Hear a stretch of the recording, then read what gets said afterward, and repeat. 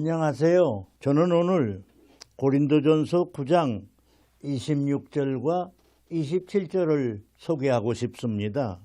그러므로 내가 다름질하기를 향방 없는 것 같이 아니하고 싸우기를 허공을 치는 것 같이 아니하여 내가 내 몸을 쳐서 복종하게 함은 내가 남에게 전파한 후에 자기가 도리어 보림이 될까 두려워함이라. 고린도 교회 교인들을 격려하시면서 바울이 스스로의 사도의 삶, 제자들의 삶, 크리스찬의 삶을 소개한 것입니다. 나는 한 사람의 크리스찬으로서, 나는 한 사람의 주님의 제자로서, 주님의 보냄을 받은 사도로서 복음 전도 증인의 삶을 이런 마음으로 살아간다 하고 우리들에게 본을 보이시며 또한 우리들을 권고하시는 말씀으로 받아들입니다. 제자들의 다름질 인생, 그런 제목으로 오늘 말씀을 좀 나눠볼까 그런 생각을 합니다. 단거리를 좋아하는 사람도 있고 장거리를 좋아하는 사람도 있지요. 그러나 대개의 경우 우리 목사님들이나 또는 이 세상에서 어떤 특수한 직종에 봉사하는 이들은 인생을 하나의 다름질 인생으로, 경기장으로 생각하고 자기 인생을 성실하게 살아가기를 힘쓰는 줄로 압니다. 저는 이렇게 외국에 살으니까 시간이 그렇게 마땅치를 않아요. 그래서 TV를 자세히 볼 그런 여유는 없지만 그래도 고국 소식 그런 걸 가끔 듣습니다. 또 신문도 보고요. 또 어떤 때는 유튜브를 좀 봅니다. 그런데 제가 보는 것 중에 좋아하는 것은 스포츠가 좋습니다. 제가 시골 사람인데 어떻게 하다가 이렇게 스포츠를 좋아하게 됐는지 그것도 몰라요. 근데 제가 스포츠를 좋아하는 것 중에 하나는 다름질이고 하나는 야구입니다. 그런데 저는 시골에서 컸는데 시골에서 다름질을 좀 했어요.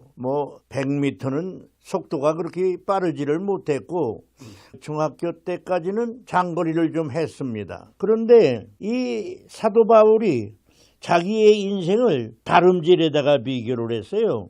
오늘 읽은 고린도전서 9장에서는 내가 다름질하기를 향방 없는 것 같이 아니하고 싸우기를 허공을 치는 것 같이 아니한다. 본투.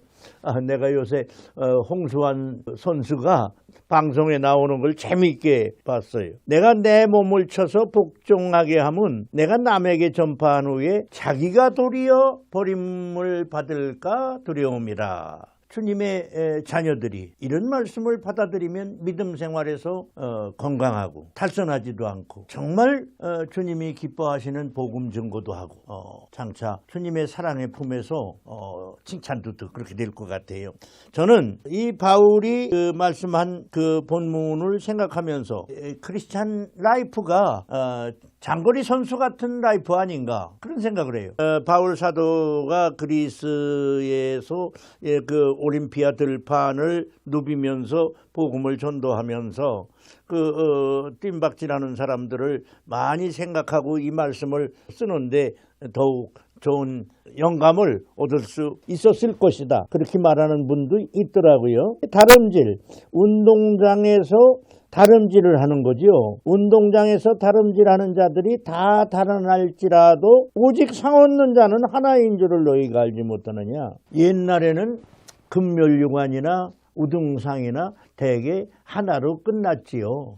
그러나 이제 발전하면서 우승, 준우승, 금에다, 은에다, 동에다가 이런 상이 구분이 많이 됐지요.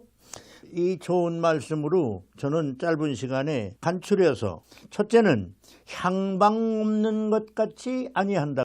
우리의 향방이 목적을 잃으면 아니 됩니다. 목표를 바라보고 뛰어야 합니다. 우리는 주님께서 주신 사명에 따라 복음 전도의 증인으로서 똑바로 뛰어야 합니다.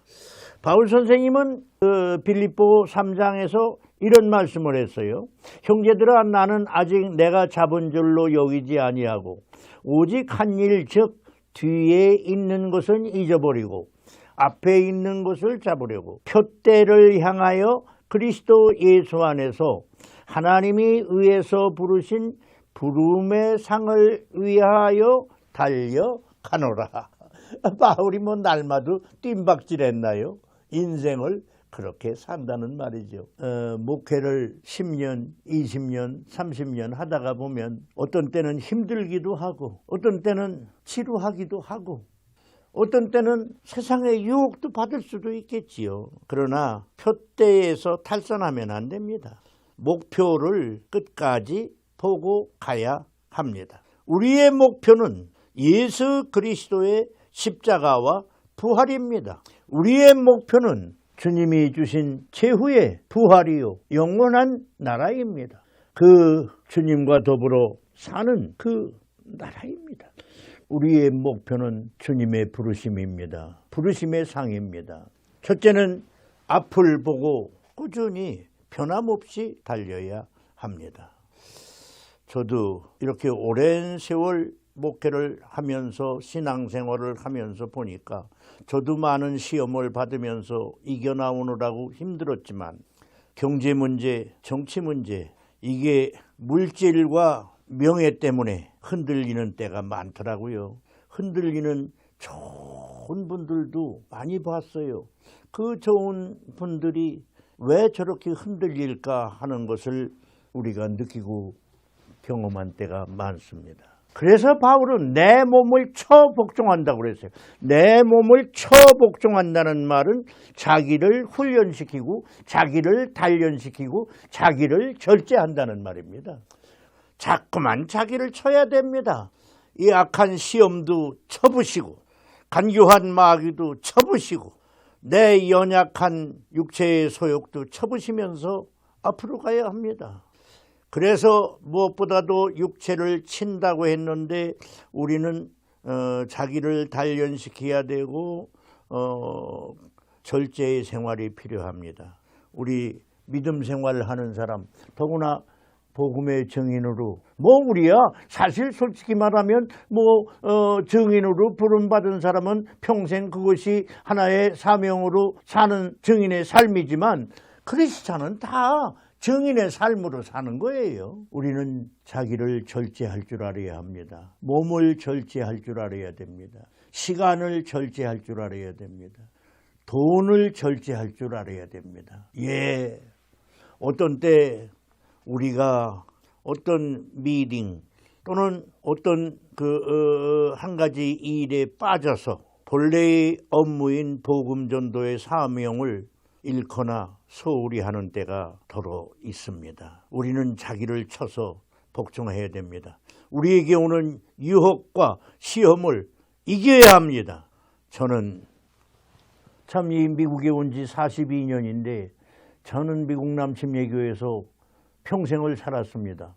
이 대륙의 사람들이라 그런지 참 대륙성이라는 게 달라요.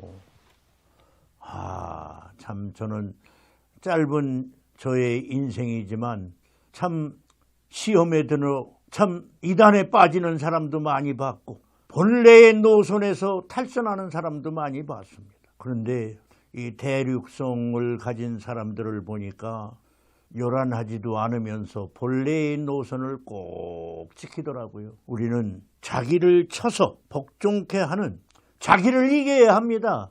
어떤 때는 우리도 명예심에 빠지는 때가 많고 어떤 때는 재리의 유혹에 빠지는 때도 많습니다. 선교사, 목사, 교역자, 우리들 주의 뜻을 받들고 주의 증인이 된 사람들 자기를 칠 줄 알아야 합니다.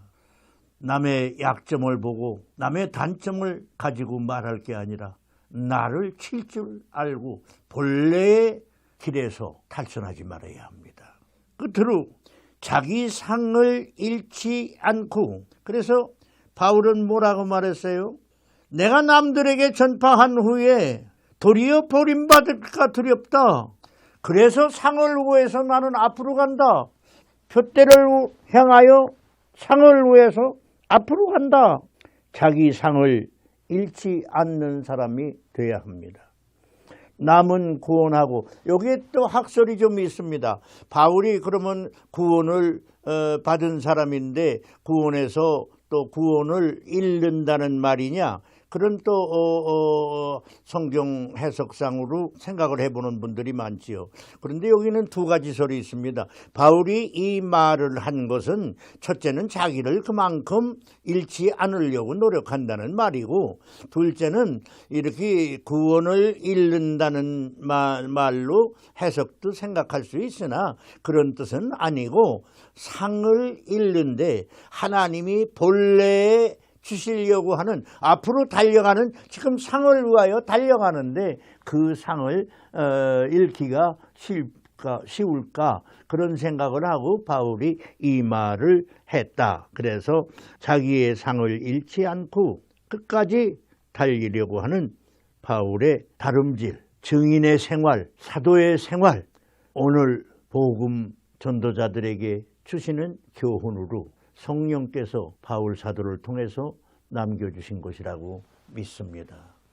우리 한국 크리스찬, 한국의 우리 목회자는 세계적인 사람들이 됐습니다. 우리 탈선하지 말고 바울의 이 인생 경주장을 우리의 경주장으로 삼아 하나의 후배로서, 또 한국의 크리스찬으로서, 한국의 부름받은 제자들로서 인생의 경주장에서 승리하는, 우리에게 좋은 상을 타고 기뻐하는 좋은 날이 있기를 바라는 마음으로 저도 거기 끼고 싶고, 그래서 이런 말씀을 나누어 보았습니다. 경주장 같은 증인의 삶에서 승리합시다. 감사합니다.